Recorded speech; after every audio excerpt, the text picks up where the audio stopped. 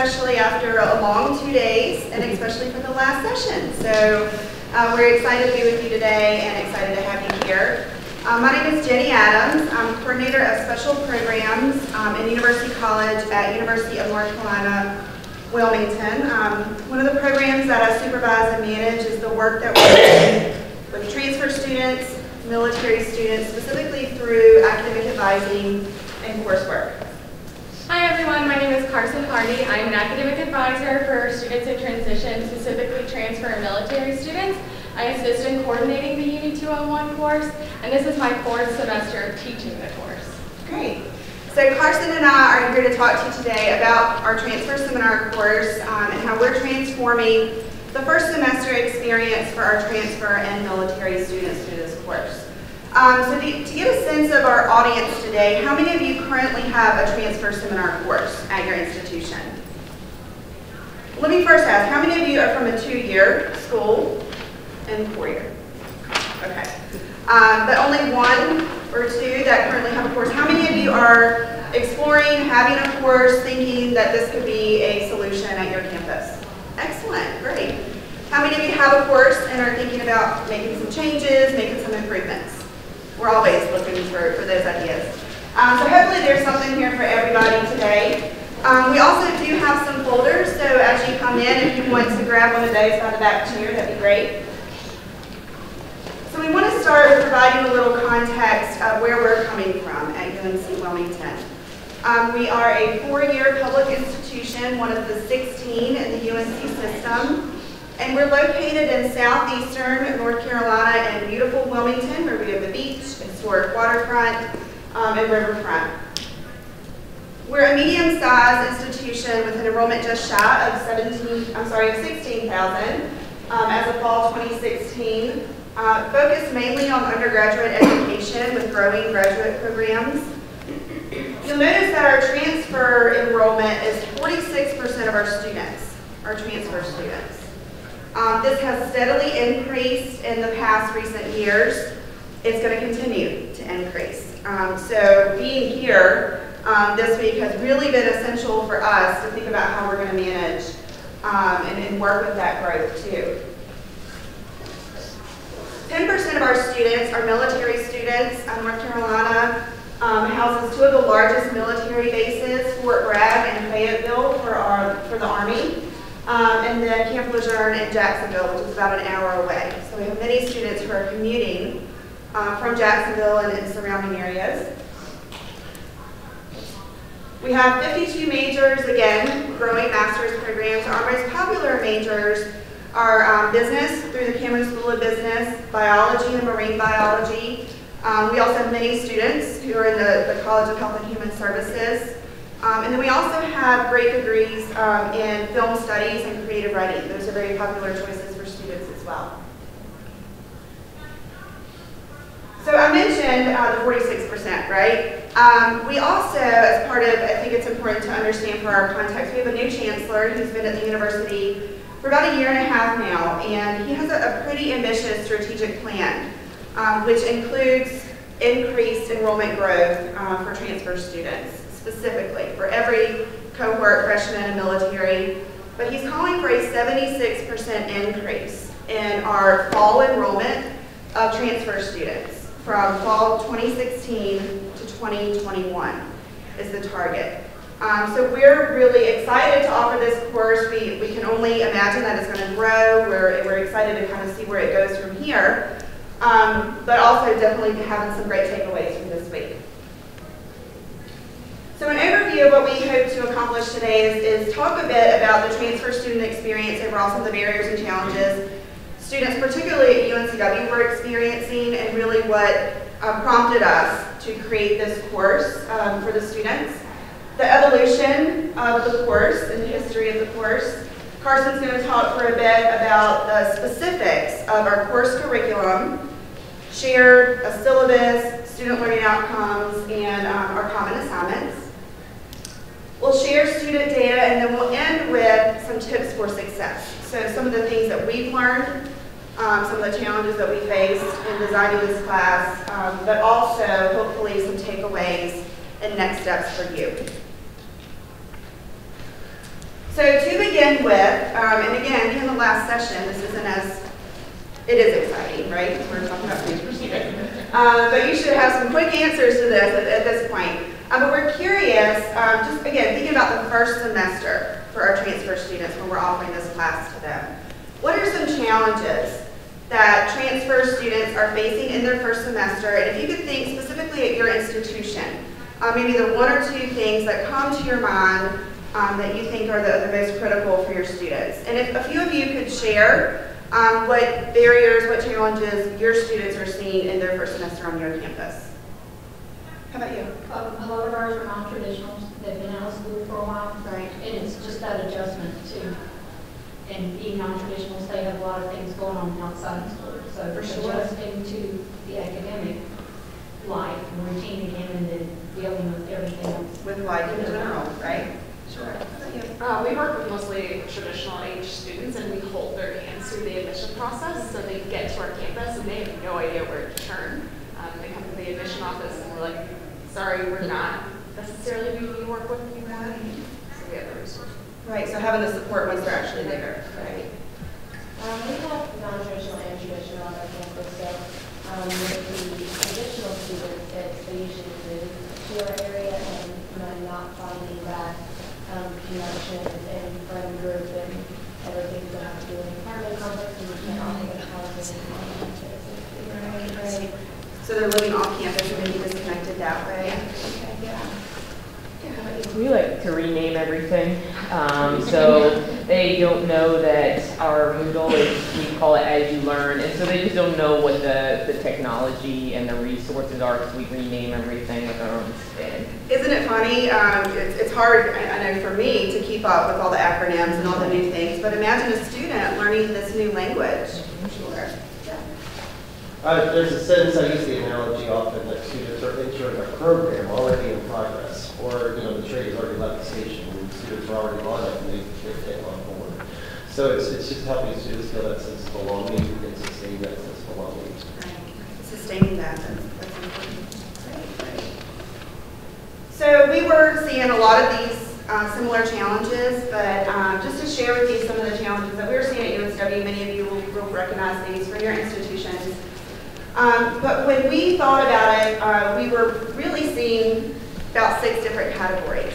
Again, as enrollment grew at UNCW, our office and University College, we were absorbing more students through advising. Our transfer students at the time of application actually have to choose a major. So many of them are directly going into their academic department for advising, either as pre-majors or admitted majors. However, we have worked with departments, we worked closely with admissions to determine some key majors where students were stumbling a bit, meeting those admission requirements. Or maybe they haven't taken a very critical gateway or prerequisite. Business is a great example. Our students have to work up to calculus. Most of the coursework even required for admission, accounting, economics is dependent on at least college algebra. So many of our students haven't been in school for a long time, right? And so it's been a really long time since they've maybe seen math or particularly algebra. So that's an example of a population that's coming through our office. But as we started to meet more with these students, advise these students, and hear their stories, these were the stories they were telling us about the barriers, their challenges, and their experience. So one of the areas that our students are challenged by is navigating policy and curriculum. Again, I've been an advisor for close to 15 years at 2 different institutions, 10 years at UNCW, and y'all know things change every year, basically. It's very difficult to keep up with all the nuances that are behind the scenes, but even those that are in print, right, and all the changes that are made. But also, we know that many of our transfer students are making their decision on their major, especially at the time of application, either just because that's what's in their head at that point. Maybe they made it 2, 3, 4, 5 years ago, but have never really been informed about the ins and outs of what it's going to take to be a marine biology major, nursing, business. So really our students were challenged by navigating the graduation requirements, understanding them, again, obviously transfer credits and program alignment, that's a big challenge for any transfer student. But also the reality of their graduation timeline, right? And for some of our students, that can be a shock to realize, oh, I already have my associates, I only have 2 years left. Well, no, you've got to work your way up into the degree. Our students, you mentioned just academic preparation, so most of our courses are taught in smaller class sizes. We do have some large ones, but again, students who may be coming from a community college are maybe used to a smaller class size. We also have many of our students who are coming in with their associate's degree. In the North Carolina system, there's an articulation agreement where students are waived from many of their gen ed requirements if they have an associate's degree. So most of our transfer students are coming in, starting in some higher level courses because they've already done that foundational work. Our military students are a bit different. Certainly every student is different, but these are some of the things they were telling us. Another thing particular to North Carolina, and your states may have a similar policy, is our tuition surcharge. So when students accumulate more than 140 credit hours, they're charged tuition and a half. So that not only starts accruing at their time at UNCW, but their transfer hours from however many institutions they've attended follow them. So especially if students are transferring in with 64 from a 2-year or up to 93 from a 4-year, it is critical for our transfer students to land on a major as soon as possible and really get informed on a major. Yes? Does that count hours that may be articulated from their military transcript? There are exceptions. Military credit is one of those. Good, good. With any state policy, there's lots of fine print. I've seen military people have 90 hours that they bring. Absolutely. Military credits that are coming in through their military transcripts are exempt, right? But a lot of the emotional and social challenges that any student can face, but again, a lot of the life experiences that they have, the life commitments that they may have, becoming a student again maybe after a while, but also navigating sometimes full-time jobs, families, taking care of parents also, commuting I mentioned, but then just like they're learning a new language, it's a new culture, right? They're also learning a whole new system. They have excelled somewhere else. They have learned the system somewhere else. I keep thinking about the student yesterday who had attended 7 community colleges. Can you imagine, having to relearn everything? So again, just kind of the logistics that our students are facing as well. So our answer to the stories that we were hearing and some of the barriers that we were becoming more aware of was to create a transfer seminar course. And primarily to provide significant support for students in their first semester. Very customized to their needs. Again, every transfer student is unique, but we know that many of them have some of the similar transitions and challenges. But not just a support through the curriculum and the course itself, but through the instructor, through the campus resources and people who are coming in and meeting with students, and certainly through the peer support and the community of each other. So I want to take a couple of minutes just to tell you about how we got to where we are before Karsan goes into details of really what this looks like in the classroom.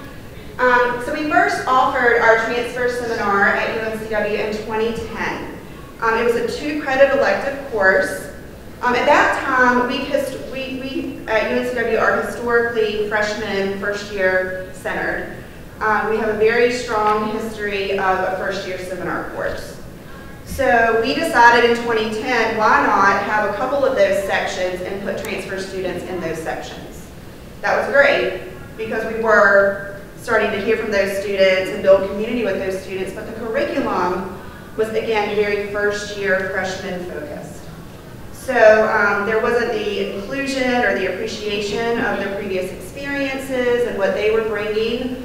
It was a very typical extended orientation model for a first year seminar. So study strategies, time management, campus resources, all topics that our transfer students still may benefit from, but it really wasn't acknowledging their specific needs. So in 2012, UNCW was going through a general education revision and overhaul.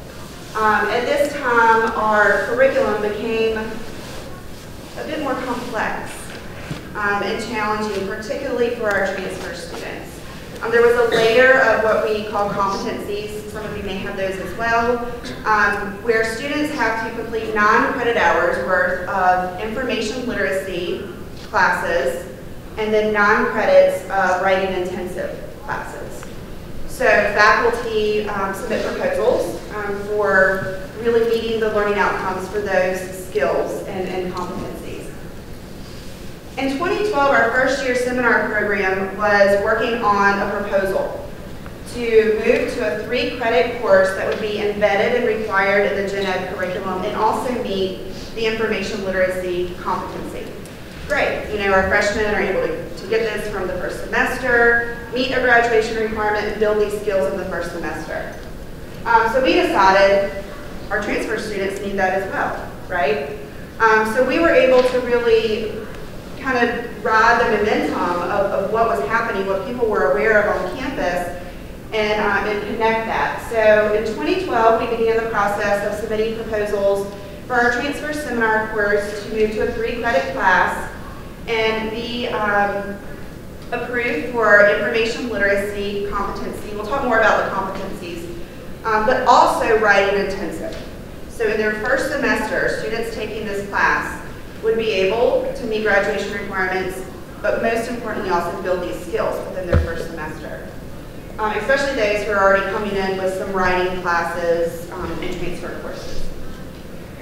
So in 2012, we also started to evaluate our curriculum. How can we customize this class and really separate it from the first year seminar outcomes? How can we really make this meaningful and engaging for our students? So we began to revise learning outcomes. We began to think about assignments that could also meet these competencies and really embed these within the course. So we were very excited when our proposal was accepted, and there was overwhelming support, a lot of work doing these types of proposals, but we had really great conversations with faculty and administration who were very supportive, happily. So in 2014, this course was first offered as a 3-credit course meeting these competency graduation requirements.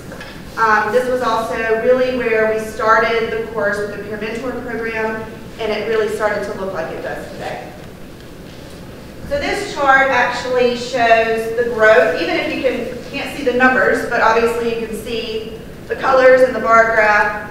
As our transfer student population grew, the demand for this class grew. We've been really lucky to have support from our provosts and be able to offer more sections each semester. But the dark blue is the capacity, light blue is enrollment. So we're also filling this class, especially from fall 2014, where we began to offer it with writing intensive and information literacy. We've been filling it a 95 to 100% fill rate. We have active wait lists. We have advisors from across campus who are, really excited to offer this class and advise students into this class, where before, as an elective, and of course students need hours for graduation, but especially with students with many hours and who may not know where they're going to land with their major, it can be challenging to convince them that this was worth their time and their money.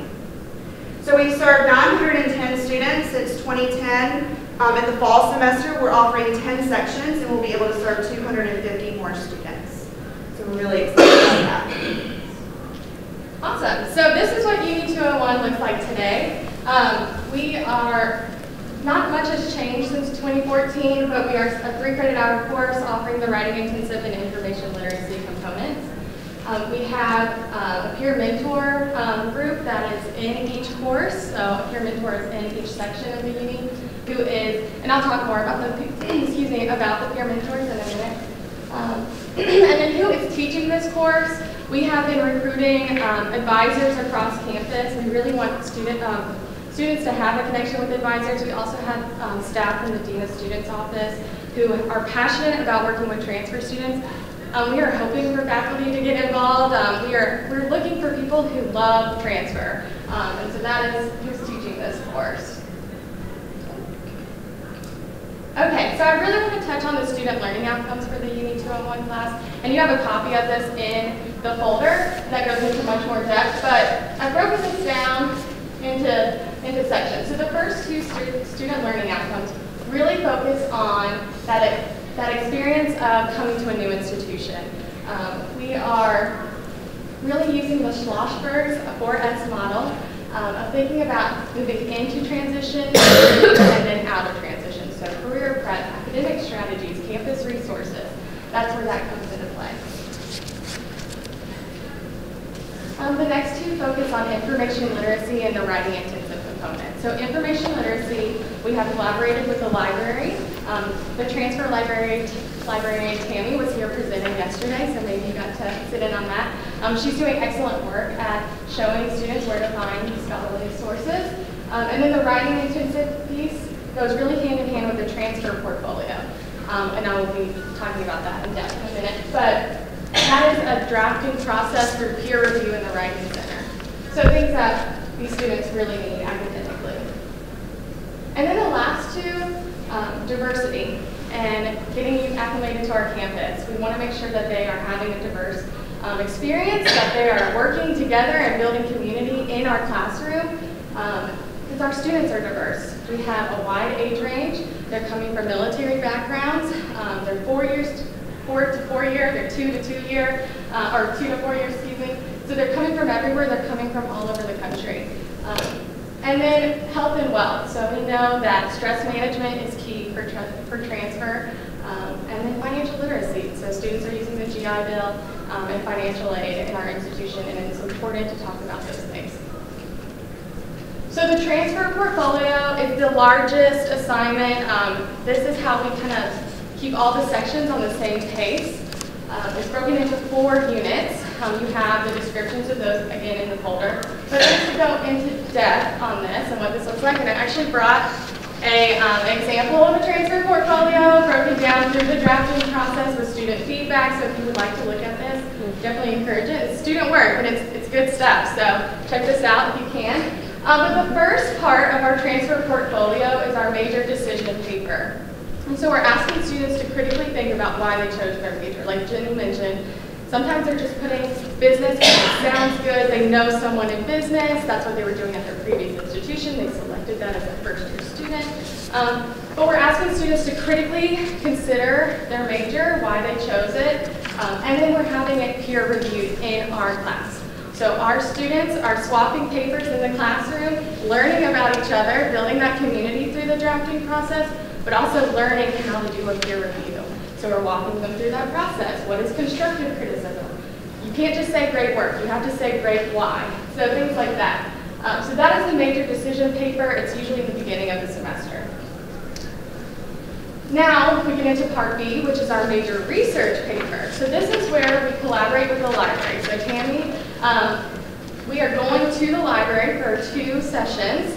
We are finding and evaluating and then using scholarly resources from our library. And then we're asking them to put that into their discipline's format. So we're asking about citation at this point. Citation is something that I'm seeing in the classroom as being an issue for transfer students from any institution. So we're making sure that they're going to the Writing Center. It's not me, I'm not the expert on all of citation, but we're taking them to the Writing Center. They're required to go to the Writing Center. And then it's being peer reviewed as well. And usually I'm trying to be strategic about having the peer reviews within the same major, so they're getting used to that citation. They are also asked, or required, to do a faculty interview for this major research paper. And so they're researching in their discipline, right? It's not about their major anymore, it's about what's happening in their field of study. And that's a shift for students to actually consider what's happening in the world of business or in the world of marine biology. So that's what's happening in the major research paper. C is a graduation plan, and this is something you definitely want to check out in the actual portfolio. It's a template on Excel. We're asking students to utilize the advising resources that we offer, so our degree audits, our program sheets that break down the majors. This is an advising collaboration, so if the instructor is not an advisor like myself will then go into the classroom, discuss policy. So we're talking about tuition surcharge in that session. We're talking about how many hours it takes to graduate. Because students with an associate's degree who then look at a major that only really requires 39 or so hours think they're graduating in 2.5 semesters. And they're not, right? We need 124 hours at UNCW to graduate. So we're talking about that, we're catching it early. This is a 2-session part, so it's a session on policy, advising, and then a session on actually taking their degree audit, their program of study, and putting it in this Excel so they can kind of, in a perfect world, see when they will graduate. And that is huge for our transfer students. It's definitely for our military students who really cannot, maybe have been out of school for years, they're non-traditional, older, or just feeling overwhelmed. Explaining this to them in a classroom setting is so impactful. So really thinking about those things. And then our career plan. So this is our collaboration with the Career Center. And students often come into this classroom saying, I already have a resume and cover letter. Like, this isn't important to me. I'm like, great, draft 1, it's done, right? You have this, come to our class, you already have this stuff, if you're a non-traditional student especially. But it can always get better. So teaching the students that this is a living document is crucial. And we know that our freshmen need this, and our transfer students who are looking for jobs, who are looking for research opportunities, need this even more so. Okay, so another common element of the UNC-Wilmington course is journals. Students are asked to complete 8 to 10 journals throughout the semester. I provided some journal prompts. But I think what's really key here, and this is an actual, I've provided some actual journal excerpts, what I'm getting from these journals, what instructors are trained to read between the lines for. So here's a student who's discussing her discrete mathematics course and trying to figure out if she should take a W. She's talking about her finances in this journal. So I know now, as her instructor, because I see her twice a week and I can catch her faster, to go to her, talk to her about the withdrawing process, what that looks like, how this will impact her timeline to graduation. If you don't take this math, what does that mean next semester? Talk to her about discussing this with her instructor, and then also what the financial implications are for her. So that's huge. That's, again, it's something we can catch early in these classrooms. Here's another example. This is a veteran student who is really expressing some crisis in identity and role change. The student expressed some PTSD issues throughout the semester in his journals. He shared that with me in his journals. So through the comment section of the journal, so through Blackboard, I'm able to discuss this with the student, talk to him through the journaling process. Now, I didn't single this student out in the classroom, but I made sure the counseling center came in earlier to our class. So things like that are helpful in scheduling. And then lastly, this is a student from this current semester. He transferred from UNC Chapel Hill.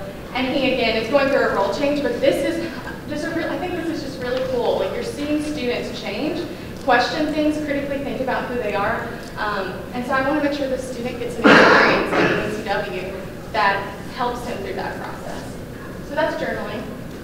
Events, so the common elements require that students go to 4 events throughout the semester. Now, our peer mentor program provides events, plans, and provides events. We're thinking about our non-traditional students here, so we're providing events in the afternoon. We're doing stuff that's family-friendly. For example, here is a picture from our ghost walk in downtown Wilmington. So we got them out in the community, but a student invited his parents, and then spouses were invited to this as well.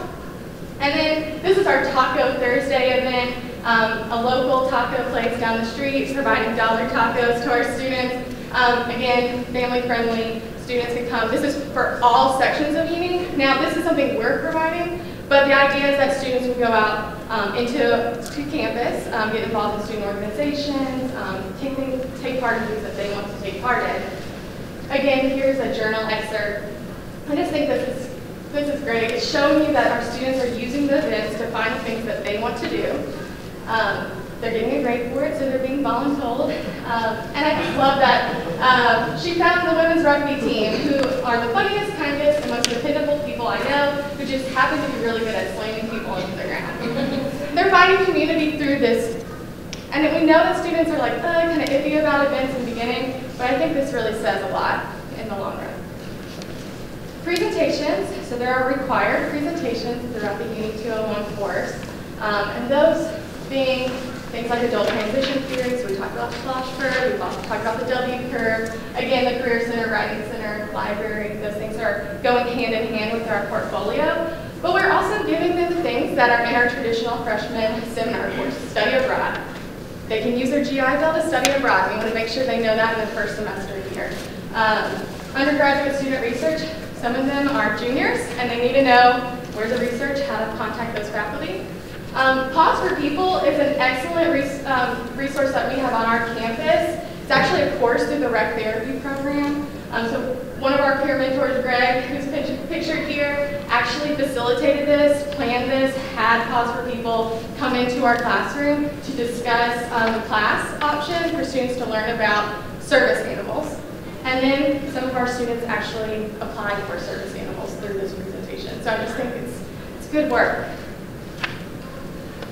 Okay, so the Peer Mentor Program, which I'm just in love with these guys. So these are highly achieving transfer and military students, not necessarily having required to take the Uni 201 course. These four are just four of our current five. Our fifth wasn't able to come. But these are military spouses. Sam in the front is a military spouse. Ashton is a military dependent. Ashton came from a 4-year institution in Arizona, so she's out of state. Mary in the back with the hat is coming from a 2-year local community college. Nick right there. Nick is from a private 4-year to a public 4-year. He has an interesting story. He was in a fraternity and wanted to join that fraternity once he got to our campus, and they did not accept him. And so this is his second semester with the Peer Mentor Program, and he took the course. So 3 semesters with Uni 201. So I think we're providing him something that he needs. What we are asking our 201 peer mentors to do, presentations, so they're going to talk about their experiences in class. If they studied abroad, they're going to be the ones giving the study abroad experience presentation. They're doing one-on-ones, and so I think in like 30 minutes my class is actually supposed to be, and I'm not there. So my peer mentor, Ashton, will be doing one-on-ones during that required time.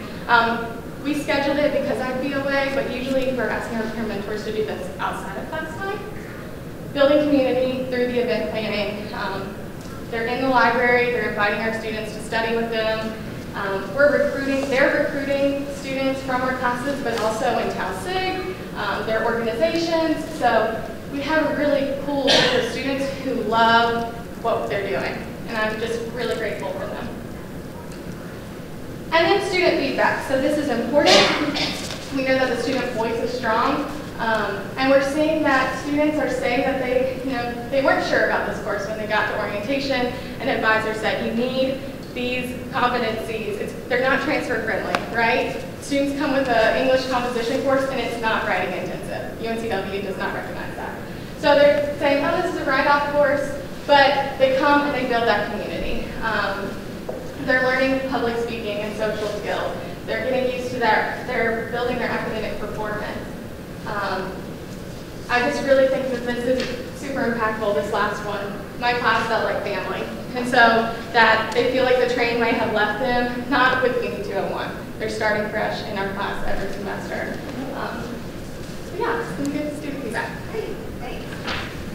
So the student feedback speaks for itself. Our students are gaining lots of great things from this class. At the end of every semester, we do survey the students, ask them lots of questions about the common assignments and their experience. This is some other feedback. We had 81% of students tell us that the class helped them become a part of the UNCW community. So we've heard that from the student panel. For us, that was a big story of our students. So we wanted them to really create a sense of community. The cool thing is that it is sustaining. These students are living together after this semester. The peer they're staying in touch with the peer mentors. They're hugging on the last day of class. It's really cool. We also have 88% of students tell us that this class helped make their transition smoother. 99% saying that their peer mentor was motivated them to help them succeed. We've heard a lot about peer mentors in sessions this week. 81% are saying that they're better able to manage stress, 99% that they feel more knowledgeable about UNCW academic policies, and 91% saying that they're glad that they took this class. So, we also asked students why they chose to take the course, and not surprisingly, 43% are telling us that they did initially choose to take it to fulfill that writing intensive and information literacy competency. But again, through the feedback and other results, we're seeing that students are getting much more than just graduation requirements. Students also tell us that they chose to take it to meet other transfer students and to learn strategies for success at UNCW. We've also mined some data for GPAs for the past 3 semesters since fall 2014. So in light blue, you'll see the non-Uni 201 transfer students, and then in dark blue, you'll see students who took Uni 201. This is just a sample size of our transfer students, mainly those that are coming through University College, so it doesn't represent all transfer students. But we do see through this that our students who take Uni 201 are earning a higher GPA than our students not in 201. Also, students are reporting the helpfulness of topics. So we want to know, is this helpful, is this relevant, is this meaningful to you? So you'll see a lot of the topics that we covered with advisory and planning through the common assignments, but also things like critical thinking, health and wellness, research skills, transition, finance. So a lot of the outcomes our students are finding helpful. So we want to end with sharing some of the lessons that we've learned. Again, especially if you're thinking about taking something like this to your campus, thinking about what this could look like. And I urge you as we go through this, I think especially in our experience with the evolution of having a 2-year elective, not tied to anything, and different learning outcomes and going through this process. You know, I think it's important to think about what the needs of your institution are, what the culture is at your institution. Certainly there are hoops to jump through, right, to get a course in action. But again, just thinking about even starting small is important. So even a peer mentor program, or even there's an opportunity to do some of these workshops, but not in a classroom setting. Maybe a 1-credit class. But some of the lessons we learned were to ride the wave of other campus initiatives. So for us at our institution, that was the first-year seminar process, right? They were going through the proposal process. There was a lot of talk and attention on that course, the good things that course was doing for our freshmen, but really bring it to attention, our transfer students need an experience like this as well. Also, the complexity of the gen ed curriculum was a concern of advisors. We were starting to see how complex it was, especially as we advised students through this, and transcripts were evaluated for these competencies, and we began to really see they weren't being met. So really tying to campus initiatives. In the future, especially our strategic plan includes things like undergraduate research and involvement and engagement. So these are things we're doing in the classroom as well. We also learned the need to provide incentive for taking the course. I understand that not everybody is able to tie a course like this to graduation requirements. That was a lucky happenstance for us. I mean, it aligned, it worked out for us. But incentive doesn't have to be credit bearing, even if it's an elective course. But really finding what it is that you want your students to experience. For us, to have these peer mentors go out and talk about what they gained from the class, the community they gained from the class, sharing results is important incentive. So it could be credit bearing, it could be something else for your institution. We also, I know sometimes the academic departments will have an intro type course. So an intro to their major.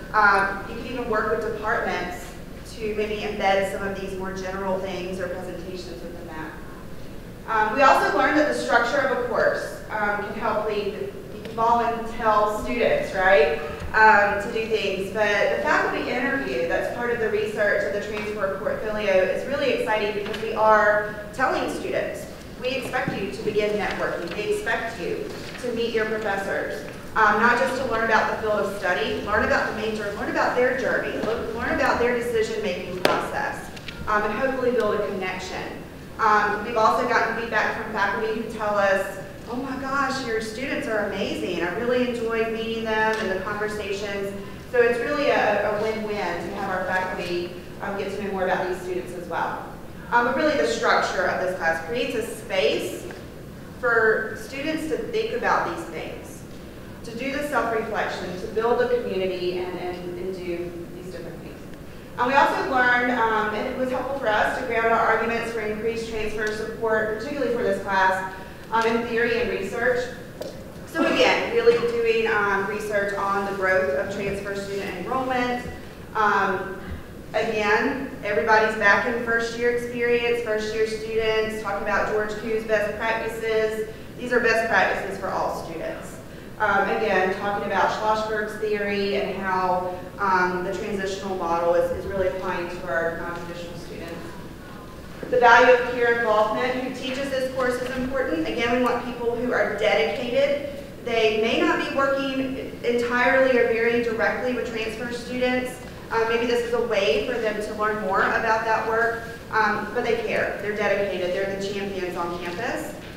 We also want the people who teach this class to be committed to the consistency that we're working toward. There's certainly academic freedom in the class with seminar discussions and other assignments, journal topics, things like that. But we want people who are dedicated to the curriculum. And then we learned there's a demand. You know, our students, we're offering more and more sections, and our students are coming, our advisors are leading them there.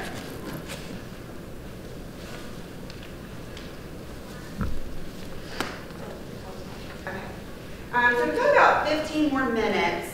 In your packets, you'll see a handout with 4 squares that we'd like for you just to maybe take 2 or 3 minutes. You need packets, folders. No, I want you to see whether I could ask a question first. Because there's a difference in a transfer student who comes from a military background. Sure. And a transfer student who comes from a community college that the student may have entered right after high school. Right. And on an earlier slide, you were identifying pieces that were challenging when you were beginning to think through how to best address the transfer experience. One of the things that stands out to me is that the military veterans in the classroom setting are sometimes frustrated by what they feel is a lack of structure in the classroom, and that they have difficulty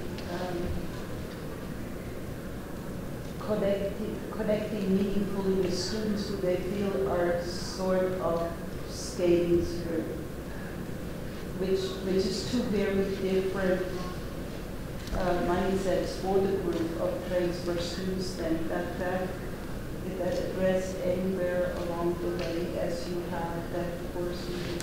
That's a question for you. I think it's good that our military transfers, again, they're both, they're overlapping, like you said, are in the transfer seminar course with transfer students coming from 2-year colleges and 4-year schools, because that is how their other classes are, right? Every other class they take on campus is going to be a mix of students, and again, those first-year 18-year-old students, because some of them are coming in with no credit. So I think the structure of this course and providing the common elements, providing the transfer portfolio really keeps the instructors on task. The peer review elements, forcing students to work together is key there. But also having, I know in my class, and this is something that other instructors do and are able to do, class discussion is key. So when we're talking about campus resources, whatever it is, making sure that there is a dialogue in the classroom that is respectful. I know I like to spend the first 15 minutes talking about current events and political issues happening on campus, and our military students either love it or hate it, but it gives them an opportunity to talk about their personal experience, where they're coming from, how they view things in higher education. And that's what they want. That's what I've seen. Some students who are older than me, who have families, who are married with 3 kids my age, they want an instructor to invest in them, and so that's what I'm going to do.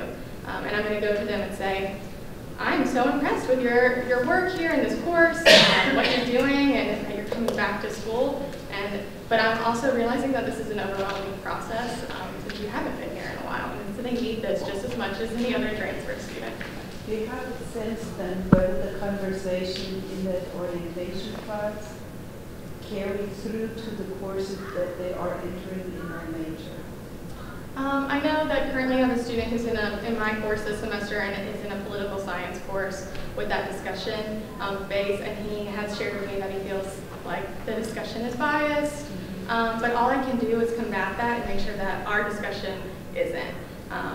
And working through with discussing that with the professor in a professional way. And that's, again, one of our learning objectives, like how do you navigate through this campus when you feel like you're not being heard or that this isn't where you belong, because you do belong here, and I want to listen to you. So that's, I think, you can't save everyone and you can't do everything for all, but I know with my 25 this semester, I'm going to work really hard to combat those issues.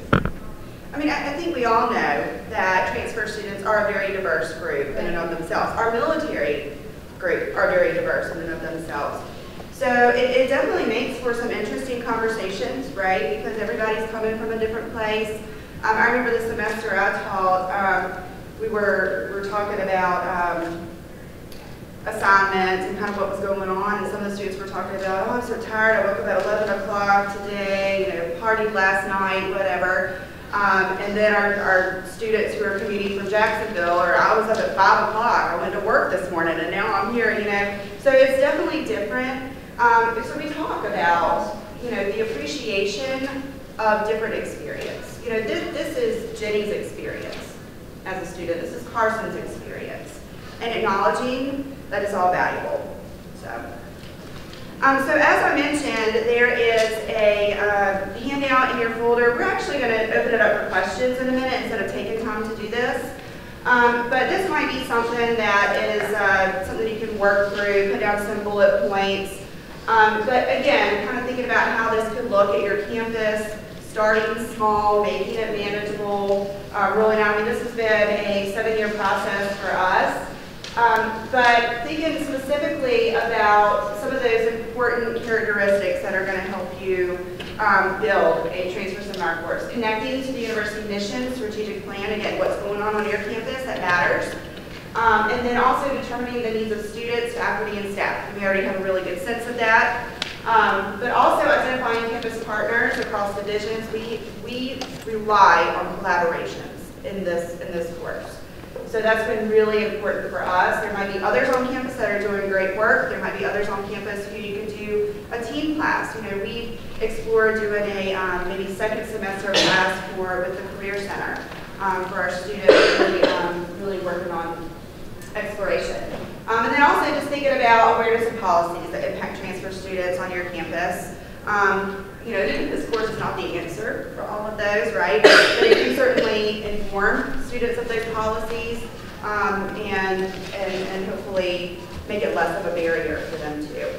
So we're happy to answer any questions that you may have.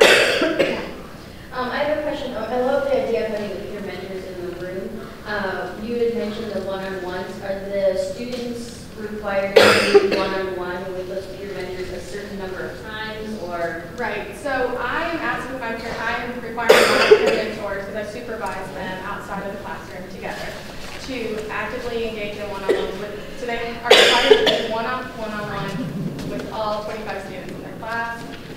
Right. This semester they were required because I was out of town, and so that's up to the instructor. Some instructors will make that more that's in the classroom instead of having a formal class. Yes. So we have a freshman one, and there's been a lot of talk because we're doing this RFY rebooting system right now, and a lot of faculty don't want to teach the course, or if they are forced to, then it's not very effective, so we don't get the appropriate research for it. And I mean, I see this, the transfer course, and it seems very great, and it seems like it's been working at your campus, but I think you have the support of the freshman course as well. So I guess it is starting to transfer, and I know you had some issues in the beginning that you talked about from the 2010 to 2014, but what were some of, I guess, did you have a lot of participation when you first started it, or were there like things that we were to start it that would really help push it move faster? Right. You know, for us, it's been pretty grassroots. You know, it started in our office. Our office, University College, serves freshmen. All freshmen come through our office. We have about 25 professional advisors and administrators. And there is a team of 3 full-time that are really students in transition and transfer students. We have a couple part-time advisors. So we work closely together, right? So I think for us, it was starting small. It was talking with each other, and we wanted to teach the class, right? We knew there was at least a handful of people on campus who really cared about this. So the support and people wanting to teach it, people want to teach it, but even now still, recruiting for our first year seminar class, we have 100 sections, it's required. It's just a buzz, right? There's an all faculty and staff email that goes out, which is like a mystery about how that even happens on our campus anyways. Nobody has access to that stuff. So there's a lot of support for our first year seminar class. We do more cold calling people, coffee with people, recruiting and building relationships with people. But we've had people come to us wanting to teach the class. I got an email the other day. Erica's doing the first year seminar interviews right now. There's an English faculty who wants to teach. The director of our Campus Activities and Involvement Center wants to teach, and he's finishing his dissertation. We had somebody who had taught first year seminar for years and came up to me after a presentation about seminar and said, you know, I love teaching students. I want to really just live in that world. So I think the relationships are key. I would say the challenge is awareness of the course still on our campus, because again, first year seminar is so getting so much attention. Even now our first year seminar course is going through a process where the faculty wanted to be more involved in the curriculum of the class, so there's been a call for more inquiry-based courses, but they upped pay for a first year seminar to $4,000. So we felt, hey, 201 needs to be up paid too. It's 3 credits too. So we're able to do that. So I mean, I think it's always, you all know this, but always reminding whoever's at the table about transfer students. And for us, it's reminding people about transfer seminar. I hope that answers your question. You may have slightly touched on my question. And I'm specifically wondering about staff that teach this, so academic advisors. How are your staff compensated for this course? Is it part of the job responsibilities, or is it service pay beyond the 40 hours? It's pay, okay, beyond salary and job description. So it's a stipend. Okay. It's a separate job description. They actually have to submit materials through HR. We have to post it as a part-time temporary position. And they're compensated. It was $3,000 a semester for a 3 credit course. It's now 4. Okay. Okay. Thank you. I have 2 questions. One, at our school, if a student comes with an associate degree, Jen, it's met. So I think that's a North Carolina thing. So do you get students that are taking this course that have already had the Gen Ed Met, or are these usually people that are trying to do this for the writing inquiry class to meet their Gen Ed Mets? It depends on kind of what their major is at that point. So if they have, like I mentioned, that 39-hour major and they still are going to have to accumulate some hours to get that 124, then yes, they're going to be advised to take this course. But mostly that writing intensive and information literacy component competencies, they're not transfer friendly, so we're not seeing a lot of transfer students, especially with the writing intensive courses. Their associates doesn't cover that. Oh, really? Right, so an associate's degree doesn't cover the writing intensive information literacy competencies. So so with the associates, they want to take our course for that reason. And then how are you marketing this to them? How are you getting the students to know about the class and to sign up for the class? Right. So we work with, we have a presentation as part of orientation. I lead an academic overview where we do a very quick and dirty about academic policies, but we end with talking about this class, right? We know this was just getting your feet wet, take a whole semester and really learn more about this and be an expert.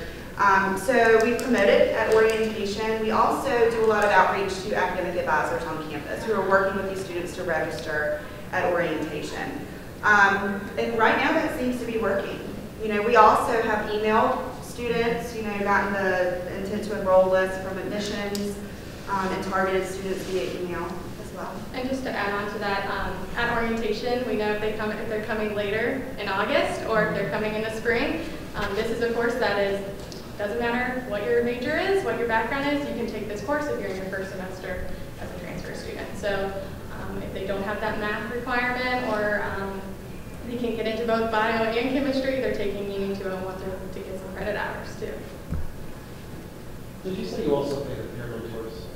They are compensated, it's a stipend, it's $600 a semester. We do have other peer leader positions in our office. I work with pre-health and pre-law as well. We have pre-health student ambassadors. They're not compensated. It's a leadership position. So obviously there's different models. It's a great experience for students. But any other questions? I think we're good. Great. Thank you so much for being